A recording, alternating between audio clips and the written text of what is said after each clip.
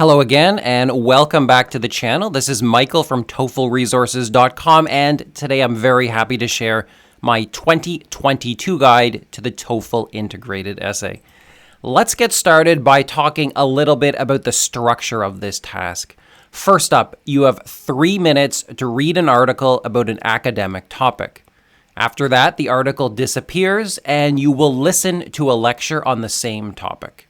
Following the lecture, you will have 20 minutes to write an essay that uses information from both the article and the lecture. Easy, right? Well, maybe not. But throughout this video, I'm going to try to demystify the process by telling you as much as I can about how this question works. First up, the article. Now, broadly speaking, you might get one of these 3 styles of article.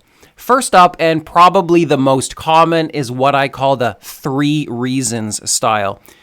In an article like this, the author might give 3 reasons why he thinks dinosaurs were endotherms, or 3 reasons why he thinks Leonardo da Vinci did not paint the Mona Lisa. Or it could be like 3 possible reasons why the civilization on Easter Island collapsed, or 3 possible reasons why the Great Wall of China was built. Something like that. Somewhat less common is the 3 solutions style. In this kind of article, the author mentions some problem and then gives 3 possible solutions to it. So it could be like the problem is frogs are going extinct, and then he mentions 3 ways to save the frogs. Or the problem could be that there's a lot of traffic congestion in cities, and the article presents 3 ways to reduce traffic. Lastly, and probably the least common, is the 3 problems style. This kind of article introduces some concept and then mentions 3 problems associated with it. So it could be 3 problems with self-driving cars, or 3 problems with online encyclopedias. Now, there are some features and elements of the article you should keep in mind because the test never really changes. First of all, you're going to be given 3 minutes to read the article. The article is always going to be 4 paragraphs long. It's going to start with an introduction, and then it will have 3 body paragraphs, and I'm going to show you an example of that in just a moment. It's generally going to be 250 to 300 words long, and it could be about any academic subject. Like, I think history is probably the most common subject, but there's a lot of articles about animals and stuff. Maybe plants or new technologies, or maybe something I haven't even mentioned here. Actually, perhaps if you take the test after watching this video, you can come back and you can mention what the subject of the article was. That could be useful information for everyone. And finally, to answer the question I get most often, yes, you can see the article while you write your essay. It's visible on the screen. Half of the screen is where you type the essay, and the other half contains the actual article. Next up, you get the lecture. And the lecture opposes the reading. It's just the opposite, right? So it's also going to be one of these 3 styles. First up, the style might be explaining that the 3 reasons are wrong. So if the article was about 3 reasons why dinosaurs were endotherms, the lecturer is just going to say that those 3 reasons are wrong. He's going to challenge each one of the specific reasons. Likewise, it could just be saying that the 3 solutions won't work. So if the reading presents 3 ways to save the frogs, the lecturer is going to say that each of those 3 ways is going to fail. It's not going to work. Lastly, if the article has mentioned 3 problems with something, like 3 problems with self-driving cars, the lecturer is going to mention that there are solutions to each of those 3 problems. So, like, if the author has said that self-driving cars are too expensive, the lecturer is going to specifically say something like, yeah, but the price will come down in the future when we manufacture more of them. There's a few features of the lecture you should keep in mind. First up, it's going to take about 2 or 3 minutes to listen to the whole thing. You can only listen to it one time, by the way. It's always going to oppose the reading. Like, I know some teachers are out there saying, hey, maybe the lecture supports the reading. Like, anything's possible, I guess, but like I've been teaching this test for like 15 years and the lecture has never supported the reading. It always challenges the reading. So that's probably what you're going to get on test day. It's going to mention points in the same order as the reading. I'm going to talk more about this in a moment, but just remember, like, if the first point about self-driving cars in the reading is that they're too expensive, the first point in the lecture is going to be that they're not expensive. I'll talk more about that in a minute because it's really important. Lastly, I guess there is one change that's happened to the TOEFL in the last few years, or the TOEFL writing section, is that any major English accent could be used. I think currently you can expect to hear possibly an American accent, or an English accent, or an Australian accent, or an accent from New Zealand. Now, don't worry too much about the accents. They're not particularly strong. So if you get an Australian speaker, it's probably going to be more like Kate Blanchett and less like the crocodile hunter, if you know what I mean. Don't worry too much about the accents. After the lecture, you're going to see the actual question, and it's going to look like one of the 3 that you see on the screen here. And the prompt will depend a little bit on what kind of reading you got. So here on the left side is a prompt that's typical for the 3 reasons style. And then next up is a prompt that is typical for the 3 solutions style or the 3 problems style. Now, don't worry too much about the prompt. No matter what kind of prompt you get, you're going to write the same kind of essay. And no matter what kind of reading and what kind of lecture you got, you're going to write the same kind of essay. The structure, the template is not going to change. So that should make your job a little bit easier. Now, to illustrate what I've just been talking about, I'm going to give you a sample question. Right now on the screen is a sample article. And just like I said, it's 4 paragraphs long. It starts with an introduction, and the introduction is used to mention the main topic, which is the civilization on Easter Island, and the main purpose of the article, which is to explain why the civilization there collapsed. This is a 3 reasons style article.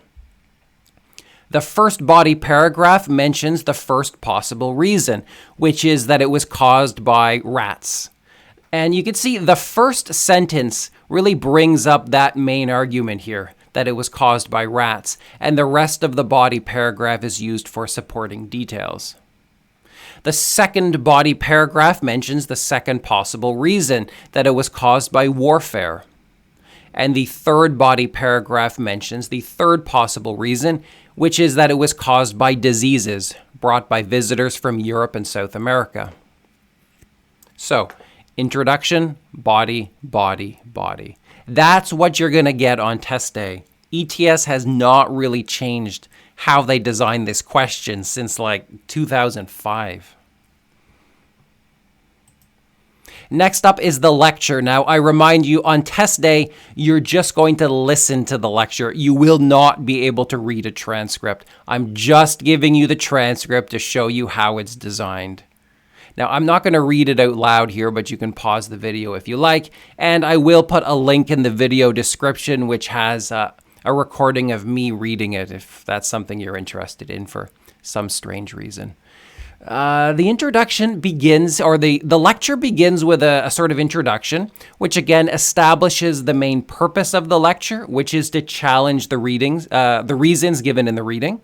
And then one after another, in the same order, it challenges those arguments. First up, he says it wasn't rats. Next up, he says it wasn't warfare. And then finally, he says it wasn't contact with outsiders. So he's not only challenging the reading, but he's challenging the exact same points mentioned in the reading. It's really like a point counterpoint thing, like a mirror image, you know? And he's doing so in the same order. A lot of textbooks, they don't really get this.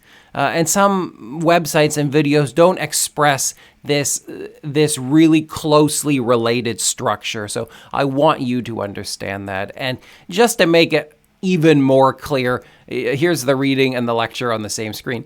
On the left-hand side, you have the reading. On the right-hand side, you have the lecture. And you can see here he mentions rats. Here he mentions rats. Here he mentions war. Here he mentions war. Here he mentions diseases, and then here he mentions diseases. So you can see what I mean. It's in the exact same order every time. If you remember that, it will be a little bit easier for you to take notes, which you can see on the screen here. I'm using the whiteboard just to pretend I'm doing the TOEFL Home Edition. And you can see I've set up my whiteboard kind of before the questions started, while the instructions were being given.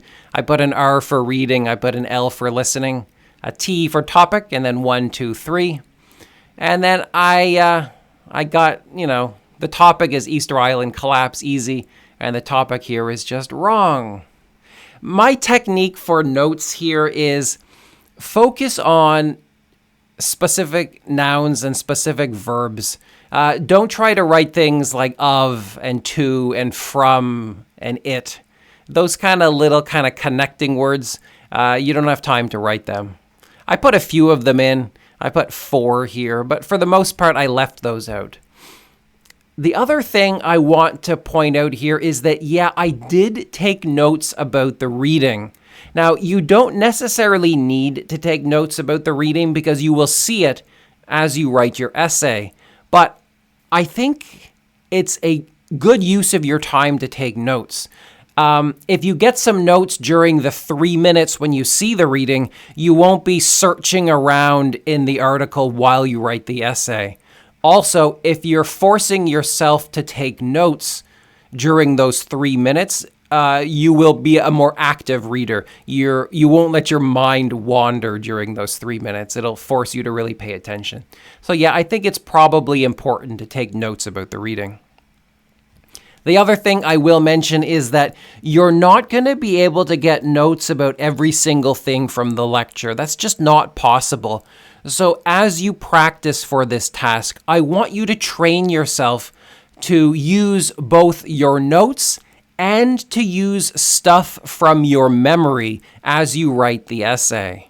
I know that's easier said than done, but that should be your long-term goal as you train your mind and as you train your skills. You get notes and you remember stuff, and you feel comfortable using both of those sources when you write the essay. So when it comes time to write the actual essay, finally, here is a sort of template you can use. This is a structure that you can use to structure your essay. Basically, what I'm saying here is just fill in the blanks with information from your notes and from your memory.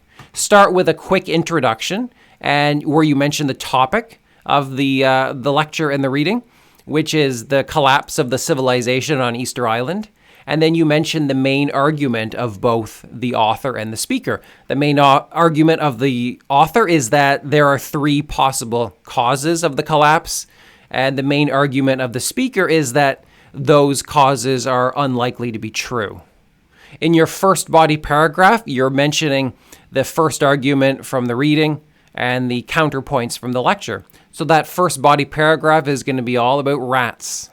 In your next body paragraph, it's going to be all about warfare. And finally, in the last body paragraph, it's going to be all about contact with outsiders. And that's what you do. The template should work just as it is on the screen. Of course, feel free to modify it. Feel free to change it. You don't have to use it word for word, but you can if you want. This structure works no matter what kind of article you read. If it's solutions and problems, it works. If it's problems and solutions, it works. And if it's just reasons and counterpoints, it also works.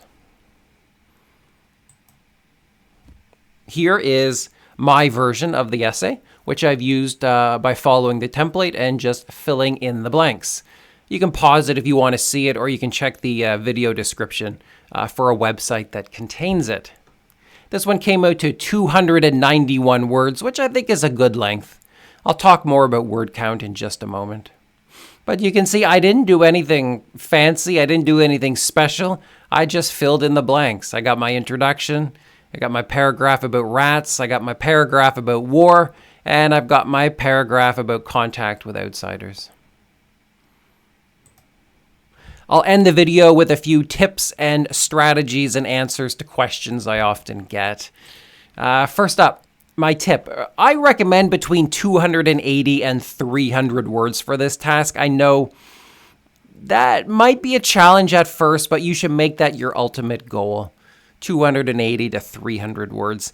Next, in your essay, use a mix of simple, compound, and complex sentences. Yes, those are grammatical terms.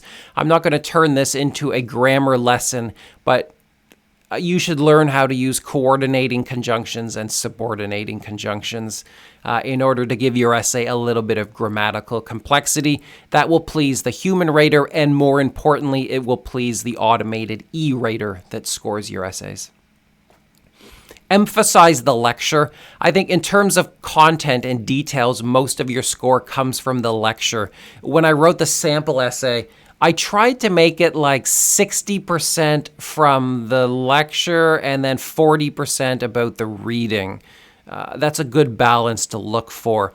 If you're a somewhat slow writer and you're running out of time and you need to cut something from the template, cut parts of the reading summary. That's a smarter idea than cutting parts from the lecture summary. You always want to have at least 2 sentences about the lecture in each body paragraph. Lastly, write a short introduction. Don't overdo it there. Most of your score comes from the body paragraphs, so don't write a long and complicated introduction. That's probably a waste of time. And don't bother with a conclusion. I deleted the conclusion from my template maybe 7 years ago, and my students have still been getting high scores, so I don't think it's necessary to write a conclusion. You can do so if you want. There's no penalty, but I just think it's a waste of your time. Lastly, a few questions. Is there a word limit? No. You can write as much as you want. There's no penalty. I know the question prompt says something like, a typical essay is between 180 and 250 words. That's just a typical essay. That's an average essay. There's no penalty for exceeding that. And indeed, if you want a score that is better than typical, you probably should write longer than a typical essay. So as I said a moment ago, aim for between 280 and 300 words. Next question, will I get punished for using these templates? The answer seems to be no. I've been giving some version of these templates to my students for about 10 or 12 years, and there's been no penalty for that. And if you kind of go into a few of the research papers that have been studied regarding this test, it seems that templates just for structure are not frowned upon. That's what my research suggests. Next question, does the lecture ever agree with the reading? The answer seems to be no. I mean, anything is possible, but I've been teaching this test for a long time and week after week, and now that the home edition is available day after day, the lecture always seems to challenge the reading. It's never a supporting type, as some teachers like to talk about. Last question, should I mention the lecture first in the body paragraphs? The answer is a hard no. Some teachers really argue that in your body paragraphs, you should mention the lecture details first, but I think that's really bad advice because it makes your job a lot more complicated, and it will probably increase your rate of grammar and language use errors. It's not an easy approach, and there's no reward for doing so correctly. So mention the reading first in each of the body paragraphs. All right, I am going to leave it at that, but if you want more of my junk, you can check out TOEFLResources.com. That's my website. I've got templates for the speaking section. I've got templates for both of the essays. I've got sample reading questions. I've got a blog where I write about grammar every few days. And more importantly, you can sign up for my essay evaluation service at that website, where you send me your essays and I send them back to you with line-by-line corrections of your grammar and language use and comments about what you did right and what you did wrong and what you should do better on test day. And I'll also estimate how your essays would score. That's a really cool service, and it has helped thousands of students over the year. Perhaps it can help you as well. Meanwhile, if you do have any questions, please leave a comment down below. I love answering questions, and I will respond as quickly as I can. I'm going to leave it at that, but if you come back next week, hopefully there will be a new video about the TOEFL independent essay, and that should have some tips that will help you on test day. All right, take care. Till then, guys, I will see you later.